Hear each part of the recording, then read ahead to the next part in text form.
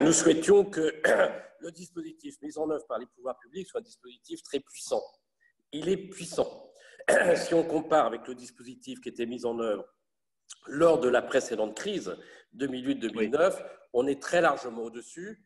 Mais c'est vrai et dans les autres pays, je crois, hein, on est un bon élève en plus. Hein, par rapport aux autres pays, je crois qu'on se distingue. On est plutôt un bon élève par rapport aux autres. Cela étant, ce dispositif très puissant, qui couvre beaucoup d'éléments, d'une part, il mérite un certain nombre d'ajustements, et d'autre part, il peut y avoir des difficultés d'application dont on est les témoins et on essaie de les résoudre. Sur le fonds de soutien dit de solidarité que vous évoquez, on a un exemple très clair.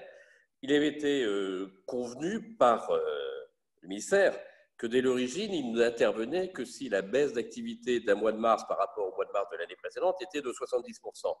On avait dit c'est absurde, ça ne veut rien dire, pour une raison simple, c'est que globalement, l'activité des professionnels s'est prolongée à peu près jusqu'à la mi-mars et que donc ils ont en principe déjà réalisé la moitié du chiffre d'affaires. Donc aucun n'aura une baisse d'activité de 70%. Le lendemain même du jour où le décret est sorti, le ministre lui-même a reconnu qu'on n'avait pas totalement tort et il a baissé le seuil à 50%. À 50. C'est le même seuil qui interviendra sur avril. Après ça, reste à savoir combien de temps va durer la crise et la résolution de la crise dans laquelle on se trouve prolongé. On a quelques indications, mais il reste à savoir si elles seront vérifiées ou pas.